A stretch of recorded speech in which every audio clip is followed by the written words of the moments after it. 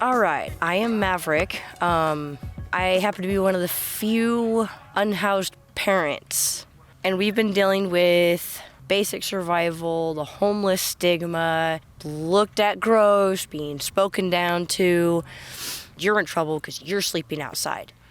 Maverick and her children are part of a saga which Us As We Are started following in November of 2020, when a local unhoused man, Joseph Gibson, started a civil disturbance protest where he pitched his tent in the middle of the city's most heavily trafficked locations, arguing that unhoused people have the unabridged right to sleep on public property. Other unhoused folks and advocates joined him, and this protest has continued, with ebbs and flows in one form or another until recently. We're breaking down because we have to move, so every time we move spots, we get served a 72-hour notice, so we stay within the civil guidelines and we move in that time frame. So it's breaking everything down, folding it back up, putting it back on the thing, and moving it down to another spot. Today we're going to go down to Railroad. There you go. All right, it is recording. We are now presenting Keegan. How do you do, Keegan? I'm doing pretty good. How are you doing? Nice. I'm doing pretty good. Hello, my name is Fenris McCoy, and I'm living out here as a homeless person. And you're Maverick's oldest son? Yes. I'm 12 years old. There's a fire on this game. What's the lifestyle out here like? It has its pros and cons. Like out here, you don't have to pay taxes.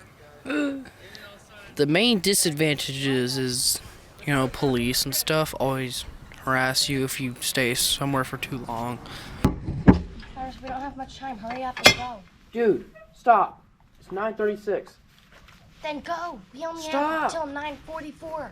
Even when we've had a hotel room through I've paid it or assistance, or we're in a shelter, or we're cohabitating paying rent somewhere, I still take the kids out to keep them adjusted, take them to parks, take them to multiple parks, keep them exercised, because rent gets expensive. Jobs might transfer you, a position might close up. Honestly, I've been homeless my whole life, so I've always known how it's like.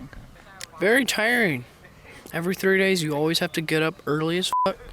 As soon as you wake up, I have to pack up as many things as you can and take it down. And you have to do this every 3 days, so very tiring.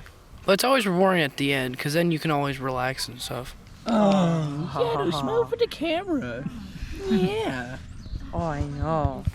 Like, if I get the time to do it, I usually like to play online games and stuff on my phone. I like sports a little bit. Like hanging out with friends. Do you have friends here in Ashland?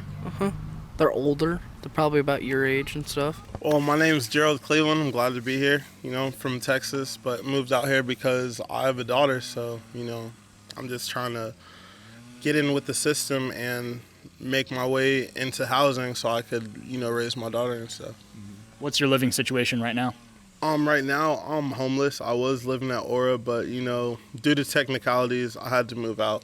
Well, I'm an artist, and I also like to travel a lot, and I skate really, really hard. I skate every day. You ever heard of Godzilla?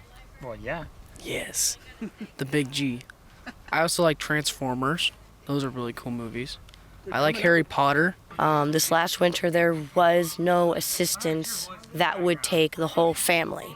I couldn't find a place that would take me and all the kids and continue with them being able to have their friends and kind of what we have adjusted and keep going with that. The idea of them splitting us away from each other makes me kind of frustrated. Like, why would they want to do that? We're not allowed guests. We're not allowed communal meals. If we require it, we're not allowed cannabis because it's federally funded. The shelters shut down at a certain time of night, so you may not be able to leave the grounds or you may not be able to leave the building. Why is it so restrictive at the shelters? Safety and insurance reasons is why they have it. So have you been spending most of your time in Ashland with this group moving around? Yeah, I have. It's really a safe place for me, and, until I do get housing and everything like that, they're making sure that I'm taken care of so I don't have to watch my back too hard, right over your food too. Okay, my name is Priya Virasamy. I'm here for the Ashland BIPOC Sanctuary, and we do community feeds every Saturday from 12 to 2, just so that we can facilitate food services for our displaced members of community, and so that we can help them live. Even people that have lived here long term cannot afford it anymore. With that comes displacement. And then the vitriol that they have faced because of needing places to stay. I don't understand how people expect them to keep moving and keep having these stressors put on them when they just need a place to land. Can we talk about the idea of the self-governing habitation zone? Maybe you can introduce that concept. Self-governing habitation zone is letting us have a habitat, letting us build little nests or whatever. And that's kind of what the protest has been trying to show, is that yes, a small group can stay civil, can stay coordinated. The group has facilitated from the beginning to the end with a variety of people.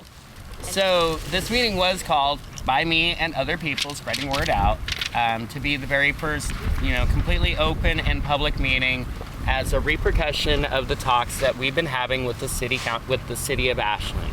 And so we had a discussion of what it meant that we had brought up at the previous meeting of the term self-governing habitation zone. It's just the ability to govern yourselves on those things that are life necessary. Self-governing habitation zone. They got to the point where they are willing to do a pilot program for 12 to 18 people to do a tent-only style of self-governing habitation zone, or a village model, or whatever you wanted to call it. The city is going out to look for pieces of land that they would find acceptable or able to do this kind of thing with, and would also be checking into pod villages in Eugene and a couple other places to see, is this something that actually works out? It's rough to start with, but if the group is able to coalesce and form a group and do this, it really does turn out to be a good thing. The habitation zone, what would that physically look like? How is that going to manifest in the world? We don't know where it's going to be, but what does that look like? The ones that have been started and are successful are kind of creative from the ground up. It could start with tents, it could start with pallet houses, it could start with tying some poles together and making a teepee. Doesn't matter as long as it's weatherproof and clean, and it would look like a series of nests, or it would look like a series of dwellings. Would you partake in a self-governing habitation zone? Yeah, I would. I definitely would. I think that would be really cool to do, especially just for a season, until I get on my feet and then I get in housing, because I feel like it'd be a safe haven for us instead of always having to move around. We need to come up with a rule set that we are going to hold ourselves accountable to. But there are groups that are actually going around making village models work, making really whole community area where each person is chipping in 30% of what they make, regardless of what it is that you make. And because of how everything is modeled, that is sufficient for the community. It is the village model. What do you want for yourself, and what do you want for your kids? To let them finish growing up. Small scale, that's all they really freaking need, is just a protected space. I can build a thing. I don't care if there's no house that comes with the permissible spot. You just need that spot to be that just you don't have to that move. Spot where everyone can agree on, just leave her the hell alone for the next decade. That's it. So beyond that, I can grow a garden, I can get a goat, I could grow flax or hemp or whatever, and I could have material, I could have sheep. If I get an Angora goat, I have all the wool I want in the world to spin and then knit it and then stitch it, and happy as a clam. What do you want your life to look like in the long term? Probably have a stable life,